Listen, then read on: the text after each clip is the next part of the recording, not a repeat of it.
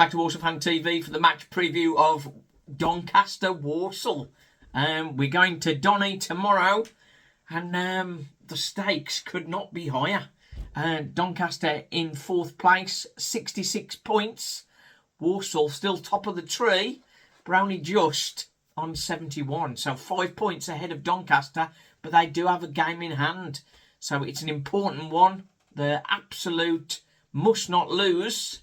A point would be a good result. A win would really step us almost touching it, wouldn't it?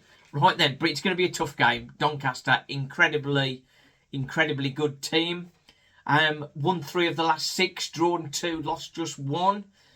Walsall searching for a win, 4 draws and 2 defeats in the last 6. Looking at Doncaster, they'd had a bit of a wobble. Lost away to Bromley. We know how tough a place that is to go. And then a home draw against Swindon, 2-2. Then an away draw at Crewe. So they were sort of drifting off a bit. But Carlisle, who are much improved under Mark Hughes, but Doncaster romped home with a 3-0 home win. There's lots of talent on show there. We know, of course, Billy Sharp is sharp indeed. But that's not where the goals are coming from. Out in Bailey, number 17, plays right-sided midfield. He's been chipping in. Luke Molyneux, of course, on the right side as well. Joe Sabara, former Solihull Moors. He's doing well for them as well. So there's just so many good players there. Senior, the Joel Senior, of course, former Morecambe. He's very good quality in that position as well on the left-hand side. It's going to be a tough one.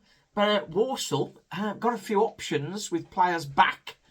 So what's the lineup going to be? Sam Hornby, is he going to continue in goal? I think so.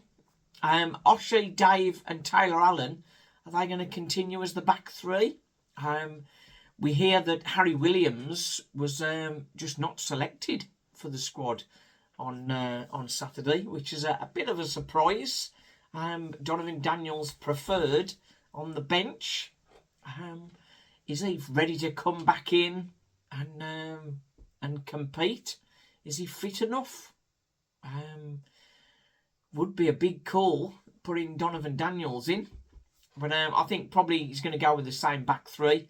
Liam Gordon was a little bit leggy on Saturday, but another couple of days rest. Maybe he's okay on the left side. The big talking point is right wing back. Nathan Asimwe has done good. A couple of man of the match performances. So he's been impressive. But we know what Connor Barrett can do, don't we? So who should come in there? Should Connor Barrett come straight back in? Or maybe should they 50-50 it and have one of them off the bench for the second half, perhaps? In midfield, I think Stirk, his great second half performance, should keep him in there. Lakin and Jellis, likely to start. But is it possible we could have George Hall and Alfie Chang off the bench, perhaps? Alfie Chang missed the game through sickness, but I don't think it's anything major, so I think he should be available again. Those 2 Blues boys coming off the bench together, half an hour to play, could be very spicy and very influential. So we'll have to see. Up front, Jamil Matt is going to play alongside who? Who? DJ, I think we saw that perhaps the style that we play is not suited to him. He did very well at Doncaster last season, so maybe we keep him in there and give him more minutes. Levi limped off after the game on Saturday, but Matt Sadler said he's okay. But is he okay to start, or is he better as an impact player? Albert Adoma was rested, but was good when he came off the bench. So again, there's a possibility he might come back in. And then again, he had sickness, so therefore he wasn't in the 18. Ethan Wheatley. Is he going to spark a surprise. Because at this stage, people are saying Walsall are a bit predictable. It's players like Levi and Ethan Wheatley that could sort of spring a surprise and make that difference.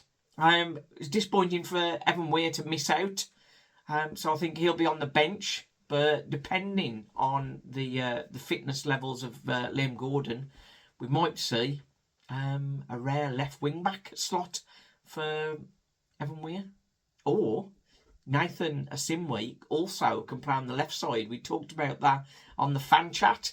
If you haven't seen the fan chat yet, you can get it on catch up on the channel. It's also on audio podcast if you want to listen to it while you're in the car on the way up to Doncaster. I'm going to be there. Stephen's going to be there. It's going to be fun. But it's tight timing, isn't it? Tight timing. Other games going on. Crewe at home to Grimsby. Grimsby firing. Look like they're going to be in the playoffs. But Crewe still got plenty to say about that.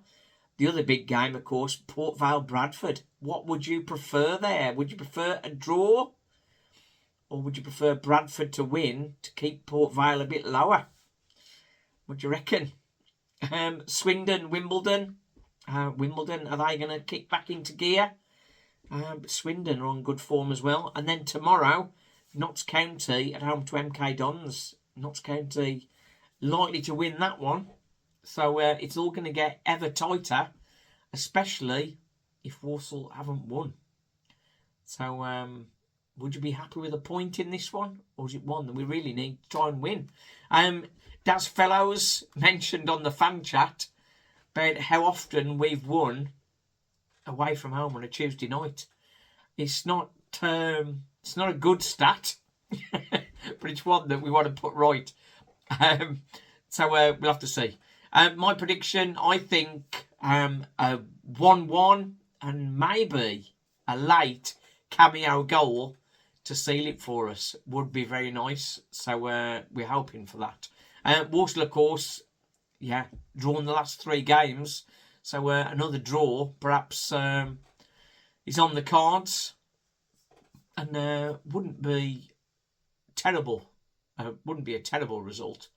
But of course, if Bradford win at Port Vale, that would put Bradford above us. And we don't know what that would do to us mentally. So if we could get a result to stay top, that would be the perfect scenario, wouldn't it? Right then, Wolves Fan TV, the joy and the pain. We've had the joy, we've had the pain. Let's get some of that joy back.